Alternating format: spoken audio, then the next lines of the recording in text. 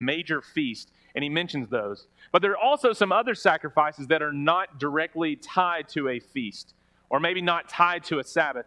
They are free will offerings. They are voluntary. You decide when you're going to do it, but it still has specifications to it. It's not where, I'm just going to offer God whatever I want to, and it's however I want to. He says, no, that's not the case. You still have parameters that you have to follow.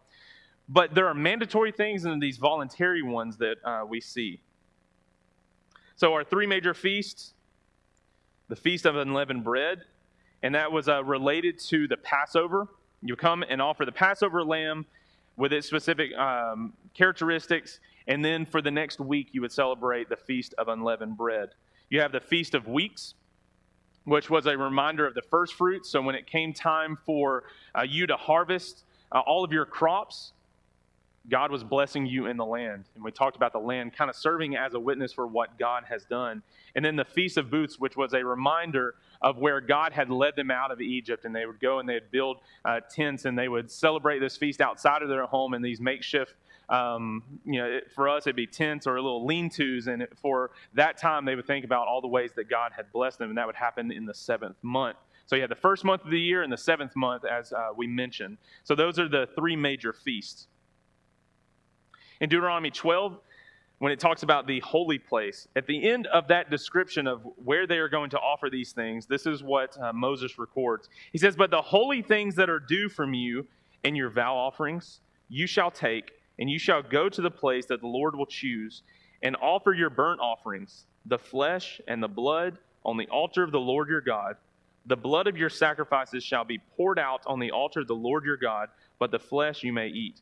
Be careful to obey all these words that I command you, that it may go well with you and with your children after you forever, that you will do what is good and right in the sight of the Lord your God." There are going to be some offerings and some sacrifices that do not have to relate to a living thing.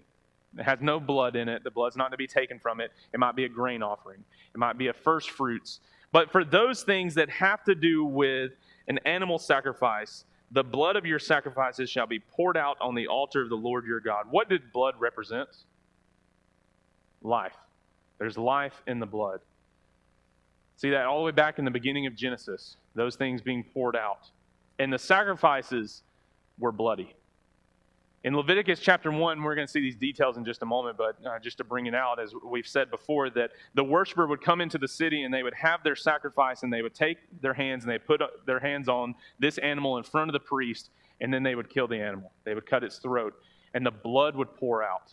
As you're standing there sacrificing your animal, you're looking around you that other people bring their animals in and doing the same thing. Blood being spilled everywhere, and part of that being thrown on the altar and burning up. You see life being given. When you take that blood and you cast it out, life is being spilt.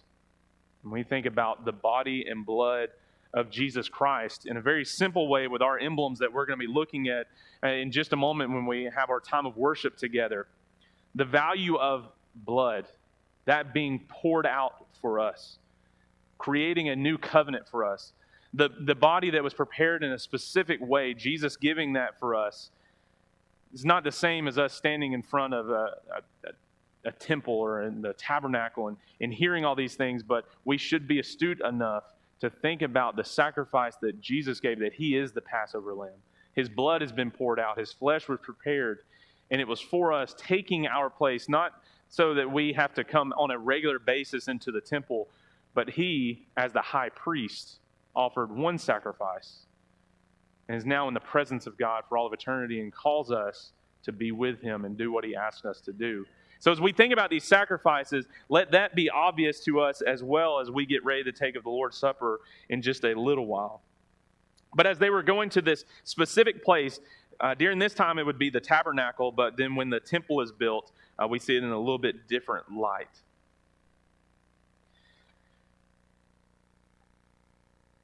Now, this is just if you want to make some tie-ins as you're studying through and wanting to make some connections. From these verses that we've read in, Deuteronomy 16, Deuteronomy 12, Leviticus 23, and Deuteronomy 12, that if you look at the different offerings that are mentioned there, This is the list of them. You have food offerings, burnt offerings, grain offerings, sacrifices, maybe just a general category, drink offerings, vow offerings, and free will offerings. I'm going to try and condense these down. There are 5 main ones that we're going to be looking at. But if you want to study through the book of Leviticus and find these things, maybe make some notation next to them. The same way that I encouraged you last time, look at the 10 Commandments. As you're studying through the Bible and you find a relationship to one of the 10 Commandments, you might have a little system that you'd put, okay, this has to do with Commandment 5 or Commandment 1.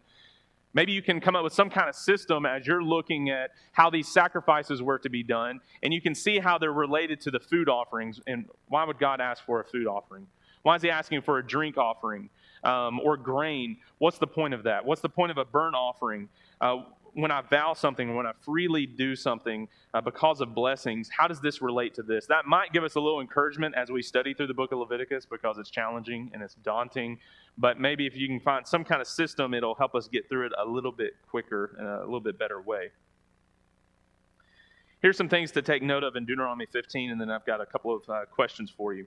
Deuteronomy 15, starting in verse 19. All the firstborn males that are born of your herd and flock, you shall dedicate to the Lord your God. You shall do work with the firstborn of your. You shall not do work with the firstborn of your herd, nor shear the firstborn of your flock. You shall eat it, you and your household, before the Lord your God, year by year. And then that went out, so we're going to read it up here now. Year by year at the place that the Lord will choose. But if it has any blemish, if it has it lame or blind or any serious blemish, whatever, you shall not sacrifice it to the Lord your God. You shall eat it within your towns. The unclean and the clean alike may eat it as though it were a gazelle or a deer. Only you shall not eat its blood. You shall pour it out on the ground like water. Keep this passage open and let's discuss a little bit together. Why did God ask for offerings? Just kind of consider all these things that he's saying in this passage here, and the other ones that we've connected or what we know so far. Why did God ask for offerings?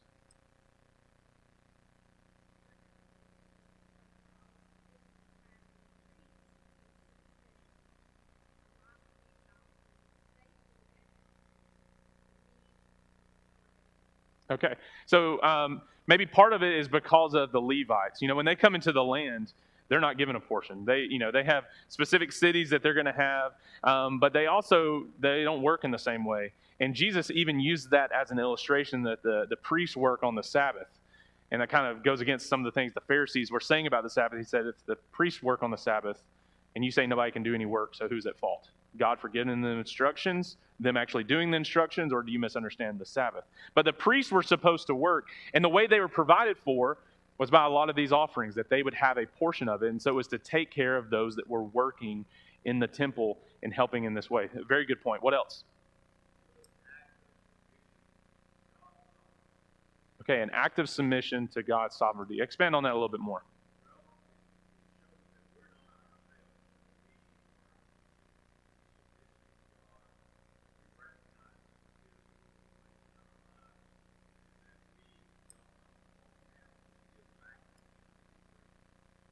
Okay, so with God being overall, being the sustainer, the giver of life, we submit ourselves to him.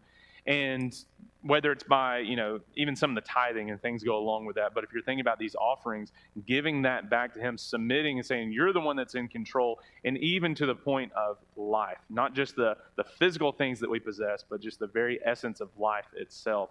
Total submission. I like that. Daniel, you were going to say something?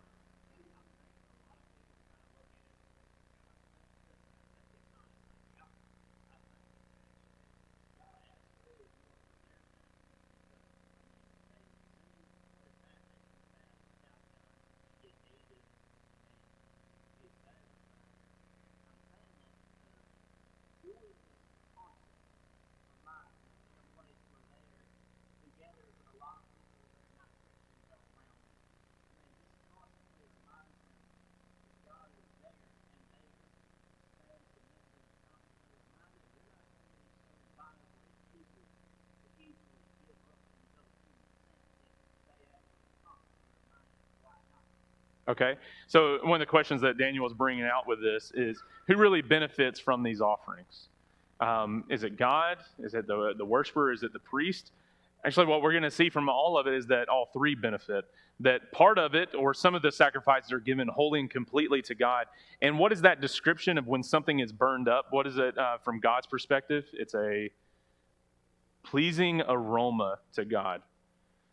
The priest would have a certain portion of it that they were allowed to eat. And even the worshiper, they would have certain preparations for them, and they would bring it back home to their friends and their family, and they would eat together.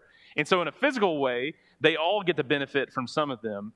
But in a spiritual way, it's bringing all of it out of our complete dependence on God.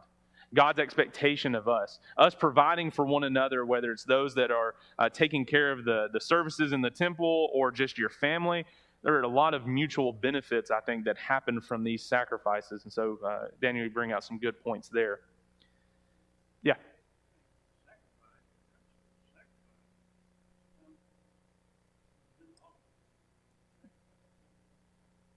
Yeah, so just the basic principle of sacrifice. And this is going to lead to this point right here. Maybe you can expound on it. If you're thinking about, why would God ask us to have these kind of offerings? Let's think about some stories together that maybe share this principle of sacrifice. What comes to your mind? Identify some specific stories about offerings in the Old Testament. Jim?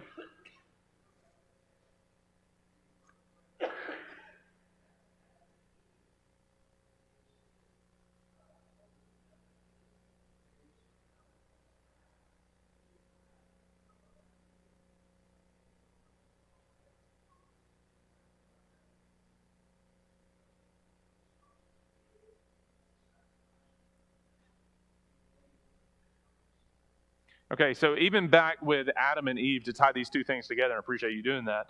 The first sacrifice that was made is when an animal was killed in order to clothe Adam and Eve because they had sinned. A lot of correlations from there that this animal had to be taken, and it's what God had asked for, and they were clothed from it, they provided from it, but it was also turned into sacrifices beyond that. I think that's a good point with Adam and Eve. What else? What are some other stories that come to your mind about sacrifice? Cain and Abel. I mean, not too far down the line after mom and dad, you look at Cain and Abel and you find sacrifice, but you also find the misunderstanding about parts of it. And you find God trying to teach them and instruct them, and then Cain having the wrong view of it. Very good. What else? The Passover, absolutely. You've got that time in Egypt, but then every year beyond that, a reminder of coming out of Egypt and having to kill those lambs in order to have the blood protect. What else?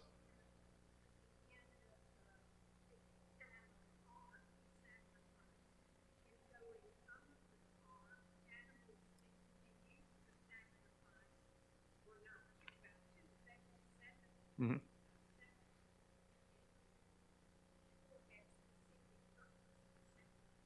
Yeah, so Noah had provisions for sacrifice that we don't tell that part in VBS where, we just say, 2 by 2 that all the animals were brought in, but those that were part of the sacrifice and those things, they were brought in by sevens. And you find the first thing that Noah does when he comes off the ark is that he offers a sacrifice. Yeah, absolutely. Okay, what else? Abraham and Isaac. Abraham being told to take Isaac to the top of the mountain and that he would be, things would be provided for him. We find the lamb that was given, but Abraham willing to sacrifice his son as an offering. Very good. What else?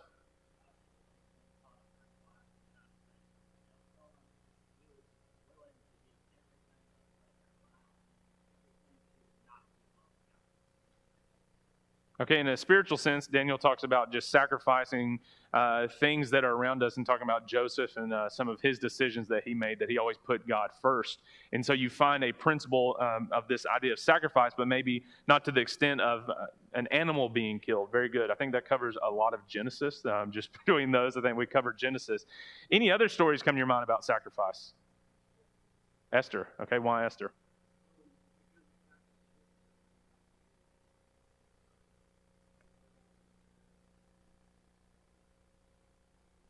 Okay, so a lot of these key figures like Esther and others that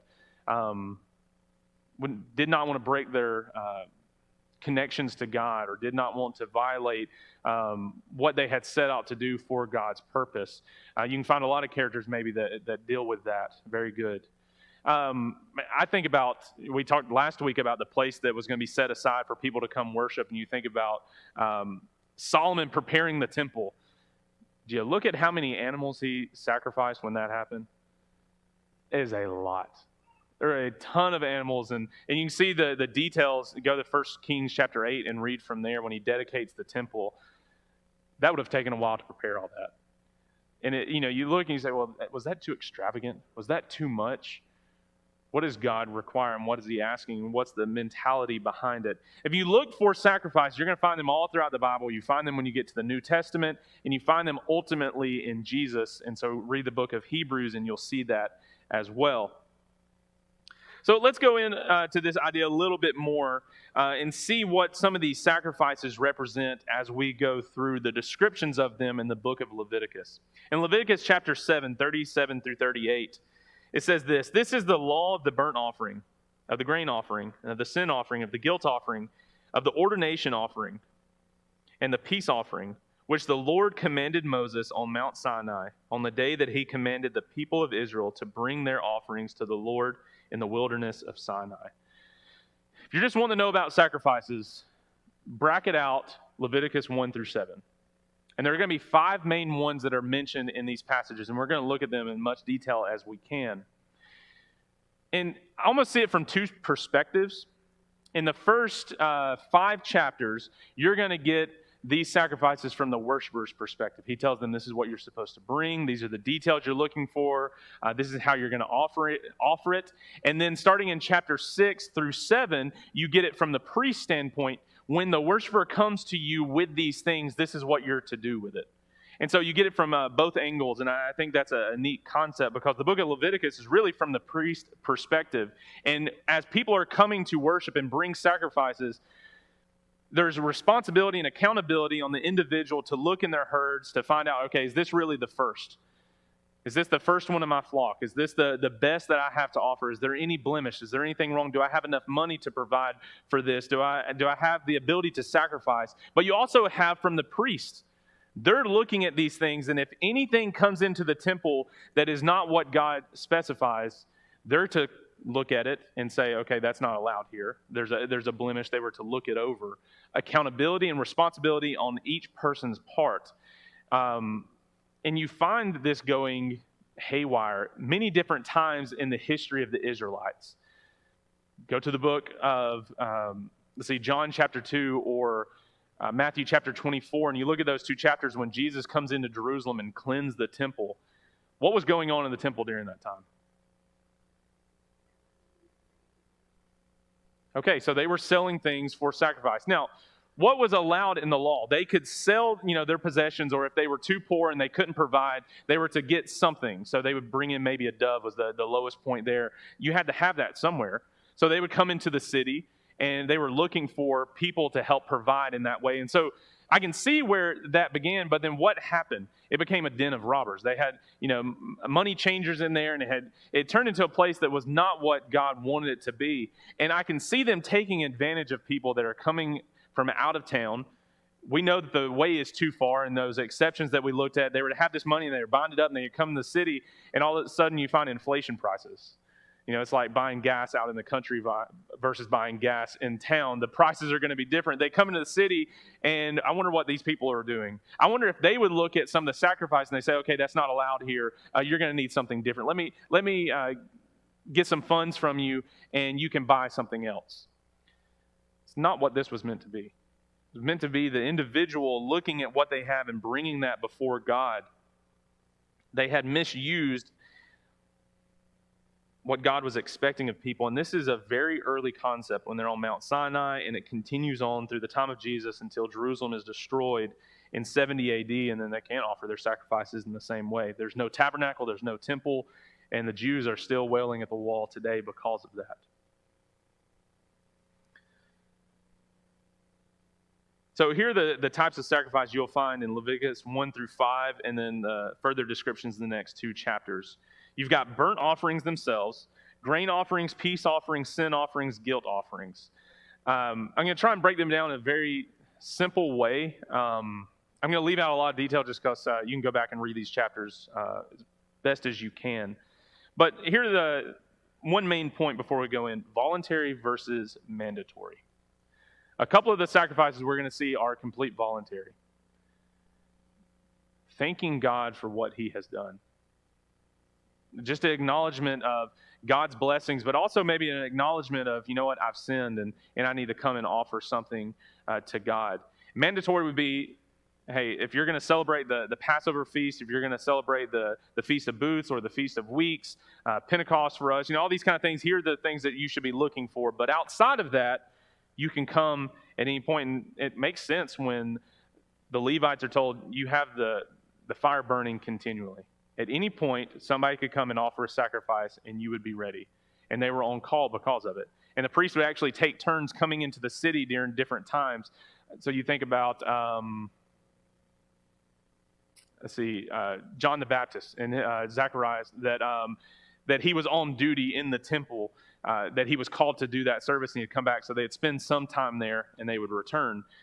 They were ready at any point. Anytime somebody wanted to offer a sacrifice, they were there. There are some things that you could do at home. There are other things that had to be done in the city, and there are other things that had to be done on a specific day at a specific time. So, all right, let's look at the burnt offering. Leviticus chapter 1. I'm going to have two sets of verses under each one. You're going to see from the worshiper's perspective and then from the Levite. And so in Leviticus chapter 1, 1 through 17, and then on the other side, Leviticus 6, 8 through 13. Just as a primer, I'm going to read these passages, not the full 17. I just want to start in verse 3 just to orient us about what's going on here. All right, so starting in verse 3. If his offering, speaking of the person that's come, if his offering is a burnt offering from the herd, he shall offer a male without blemish. He shall bring it to the entrance of the tent of meeting, that he may be accepted before the Lord. He shall lay his hand on the head of the burnt offering, and it shall be accepted for him to make atonement for him. Then he shall kill the bull before the Lord. And Aaron's sons, the priest, shall bring the blood and throw the blood against the sides of the altar that is at the entrance of the tent of meeting. Then he shall flay the burnt offering and cut it into pieces. And the sons of Aaron, the priest, shall put fire on the altar and arrange wood on the fire. And Aaron's sons, the priest, shall arrange the pieces, the head and the fat, on the wood that is on the fire of the altar. But its entrails and its legs he shall wash with water.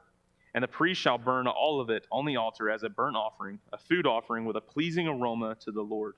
Now skip over to chapter 6, starting in verse 8.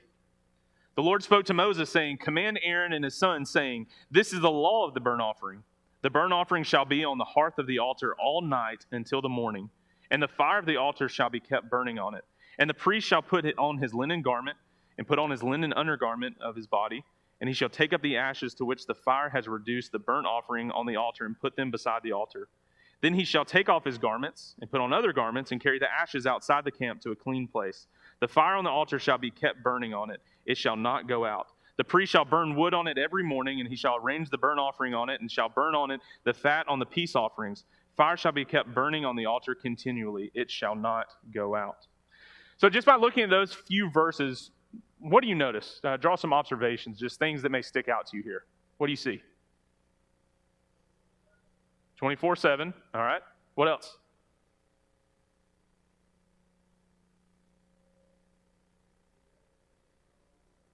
Say that again. Okay, so you think about the amount of wood that they would have to go through. They were gathering it from somewhere. Yeah. So to completely burn it all the way down, that's a lot of heat generating out of it. Okay, what else?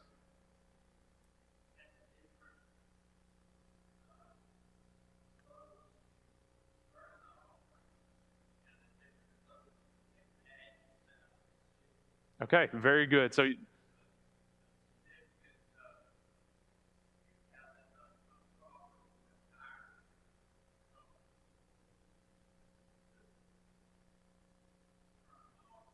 yeah, so the priest had two different, sets of clothing. You got your clothing for butchering, and then your clothing to take out the unclean parts, the things that you're supposed to cast outside the city. The Hebrew writer draws on what goes outside the city, and he talks about where Jesus was crucified, so just a little connection there.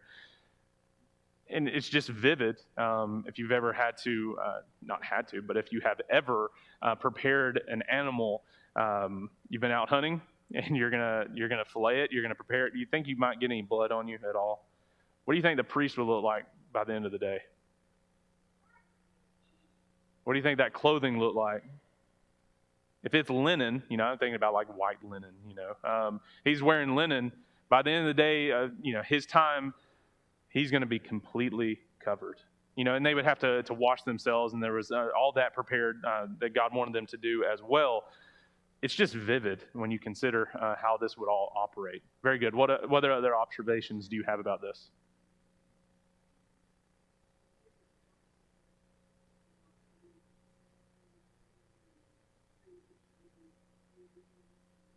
Mm-hmm. So each part of the offering had to be treated separately. So some things you could, so you take the blood and you throw it on the side of the altar. Some of the entrails, some of the parts you would have to wash. Some of them you would have to burn completely. You put the flesh on there, or when you fillet it, then you take part of the hide and you put it somewhere else. And this is all different sacrifices, but just looking at here, there are certain portions that had to be treated in certain ways. And you see that. Good observation. Anything else?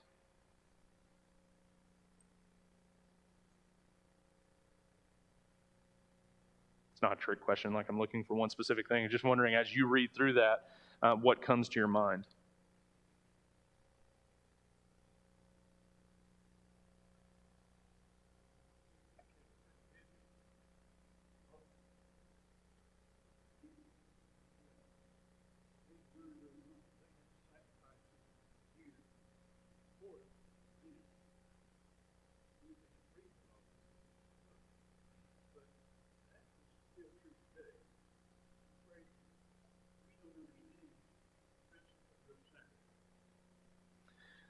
So two things Bob brings out. He's like, these people are busy continually. Absolutely.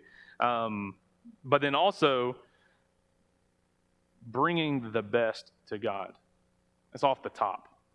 If we're going to be talking about giving back to God, do we give from the bottom or from the top of what we make? What God has blessed us with, our jobs. Not even talking about offering today, but these are the connections that start coming to mind as you study this. You think, okay, what am I doing? We talked about the Lord's Supper, but what about some of these other things about just giving back to God? Do we give Him the leftovers? And then you could even go further in that, just talking about the principle of sacrifice. Do we give Him that leftover just in our life in general? Does He get priority in our day? Or is it if I have some time left over at the end of the day, I may give Him some time in prayer or in thoughts or in study? Or do I give Him the first part? Prioritizing God over anything else. How far am I willing to go to accomplish what God has asked me to do? It's found all throughout this. Maybe some connections here to Romans chapter 12, verses 1 and 2, about a living sacrifice. I think there's some good connections as well. All right, so talking about the burnt offering, this is what I'm going to do for each of them beyond this. So pop up in the right order here. The element, specification, and purpose. So did you connect all the verses through the book of Leviticus and some of these other law passages? With a burnt offering, it could be a bull, a ram, a male goat, male dove, or young pigeon, but it was without blemish. No spots, things along those lines. It couldn't be broken in a particular way. This is what you're looking for, and each one of them had its own way. I just think about sacrificing a bull, bringing that into the city, and getting that up on the altar and preparing it. A dove, okay, we can put that together real quick. We can slice that and do what we need to, but a bull, it's going to take a little while. I don't know how long it takes Mark Davidson to prepare a buck, but you think about a bull, it's going to take a little bit of time, and you have to be very careful with how you handle of it. And the specification for how it's to be dealt is burn the whole animal. All of it belongs to God. All the way down until you get just ashes, and you take the ashes and you take them outside the city. So for each of the things that we're going to be considering, there's an element of what you were to bring, the specification for how you were to handle it, and the purpose. Why would you do this? And the purpose was voluntary acknowledgement of sin. I look in my life and I realize, I've made some mistakes. I've wronged somebody, and I want to correct that. Well, you have to write it with the person. Jesus deals with this, right? He says, if you're offering your sacrifice at the altar and they're Recall that you have sinned against your brother. You go and reconcile to your brother and then come back and offer this. That was the point of what God was trying to do. He was trying to teach them, you're bringing this animal because you have sinned in a particular way. Make it right, but you still have to do this. You still have to get the proper atonement. But could you ever get to just the callous point where, I probably sinned today. I'm just going to bring an animal and let that be done. And then you go back and nothing really changes. Apparently that was happening a lot. Pharisees struggled with that. The internal quality about them was off. And I have to say, when we sit down to take the Lord's Supper, do we do the same thing? A callous way, I probably have sinned the past week, but it's whatever. Everybody sins. It's not a big deal. Or Jesus hung on the cross because I decided I want to do what I want to do. We get so busy, even during the time of the Lord's Supper, where maybe we don't give it enough attention as we should to really stop and think, Jesus died. A man died because I decided I wanted to sin. It's not a man died because I decided to kill somebody. A man died because I decided I wanted to lie to get out of something. I wanted just a little extra pleasure in my life. I wanted just a little greed. I wanted just a little possession. To use Brian Drakowski's illustration about if I had the best cookie recipe, and I told you it was the best cookie you'll ever have, but there's just a little bit of dog poo in it. Would you still want to eat it? A little leaven leavens the whole lump. What is just a little bit of sin? What does that really bring to our mind when it comes to sacrifice? It's just a little sin. It doesn't require that big of a death. All sin need to be atoned for. Jesus did that for us. Don't let the time of remembering the Lord's Supper pass us without considering this. All right, so on to the next one, the grain offering. Starting in Leviticus chapter 2, 1 through 16, and 6, 14 through 23. We won't read all those passages, of course, because of time, but let's look at some of the elements that you'll find in there. All right, so these grain offerings, it could be flour or grain, but never with leaven in it. You would also, some of the passages talk about slathering it with oil. I make bread on a regular basis. If you don't know that, I will try and remedy that as best as I can. I love making bread. And in our pantry, we have all these different types of oil. We have olive oil, but we also have them infused with Tuscan herbs and all the different types of vinegars that you can dip them in. We love bread, and we eat a lot of it. And when he talks about how to prepare this bread, he says if you put it on a griddle, you bake it in the oven. He gives you all of them. He says you can bring the flour itself, and you can offer that, or you can bake some bread out of these things that you possess, and you give them back, but never put leaven in it. Cover it with oil, bring frankincense. Some of you are looking at this and you're like, oh, they got their essential oils in there as well. And he says you put salt in it. You have the salt of the covenant is actually what it's called. But you bring this grain offering and it gets burned up. The priest will take part of it and he'll throw it on there. It gets burned completely. The other part gets to be enjoyed by some of the priests, and that's the specifications about it. The purpose was thanksgiving and part of the first fruits. Just thanksgiving to God. You're making a meal at home, and you have this in front of you. And don't we take advantage of just bread itself? I mean, it's just a basic component. We always have it around for us, but we also have it in the pantry. We always have to have a loaf of bread because, my kids ate toast this morning. They eat peanut butter and jelly sandwiches on a regular basis. Like, bread is just a basic staple that we probably have around our house. Do we look at bread and think, I'm so grateful that I have this bread? Or we think about how, I've got this, 5-course meal. Yeah, I really need to give thanks about this. Or do we give thanks to even the smallest portion of things that we take advantage of? People had oil, they had flour, and they gave thanks to God on whatever they did have. So it could also be the first fruits. If this was from your produce that you would give it back to God. All right, the next one, peace offering. Chapter 3 and chapter 7. Here's some things that you'll notice in the peace offering. If I go too fast and you want the notes, I'd be glad to give them to you.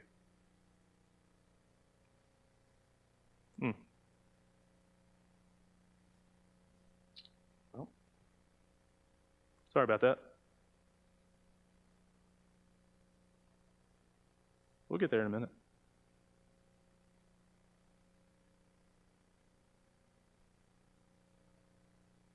Okay, nobody move. All right, peace offering. Well, move one more time. Okay, so here's the element. An unblemished male or female from the flock is a little bit different. He doesn't give all these specifications about what type of animal it's to be other than unblemished, and it could be a male or a female. You burn it on top of the burnt offering. So this is already going, and you bring and put it along with it. And look who has a portion of it. God, the priest, and the worshiper. Everyone together gets to participate in coming back into balance with God, offering this. And the peace offering actually got broken into 3 different ones. Part of it could be for giving thanks to God for any blessings he has provided for you. You might come with a peace offering if you're going to make a vow. You're going to, might be a Nazirite vow. It might be a vow of dedication to someone or something. If you vow something, you would offer this peace offering, or just a free will, hey, I want to offer something to God and to be reminded of the peace that he has given to us. There are 3 different things, and you can find those mentioned throughout those passages as well. All right, the sin offering, chapter 4 through 5, a little bit more detail on these.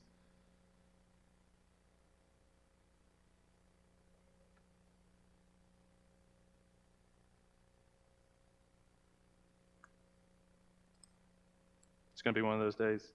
Luckily, we're almost done with class, so we don't have to worry about it.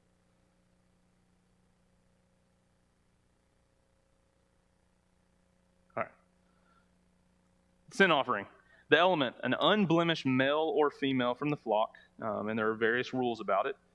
It's to be burned. The fatty parts belong to God, and the priest ate the rest of it in the court. It was interesting that some of these descriptions about the part that was given to God, it was the fatty parts. You would wash them in a certain way, and then you would burn those on the altar. I don't really know why exactly of what those are.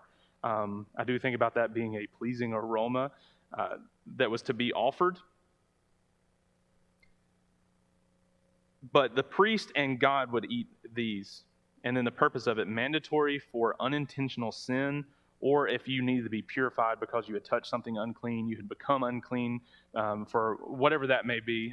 We're going to be looking at those rules next week, clean versus unclean, and all the laws concerning it. But if you had some kind of breach of faith or violation, this is what you would offer to bring things back into balance. And the last one is the guilt offering.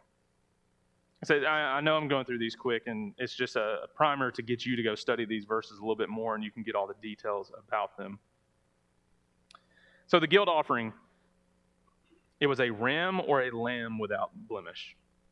It was to be burned. The fatty parts belonged to God, and the priest ate it in the rest of the court. And it was mandatory for intentional sins. There's one specific passage to show this that came to my mind. Let's see. Go to Leviticus chapter 5, verse 17. If anyone sins doing any of the things by the Lord's commandments that they ought not to be done, though he did not know it, then realizes his guilt, he shall bear his iniquity. He shall bring to the priest a ram without blemish out of the flock, or its equivalent for a guilt offering. And the priest shall make atonement for him for the mistake that he made unintentionally, and he shall be forgiven. It is a guilt offering, and he indeed incurred guilt before the Lord. Sin, we may look as just this act that's done, but guilt. Feeling actual guilt for something, that heart matter. What we've seen all throughout the book of Deuteronomy is that he is concerned about the heart, soul, and mind. Every aspect of the person. In a guilt offering, any of these sin offerings, really, I have breached my faith with God. And that's actually one of the phrases that's used in these passages, a breach of faith. I have gone against God's will, and that's why I'm having to offer these things. So hopefully that gave you a little bit to look at with these sacrifices, to go study it some more. Hopefully you're encouraged, and go read Leviticus 1 through 7 for some more details. Appreciate you guys. That's all.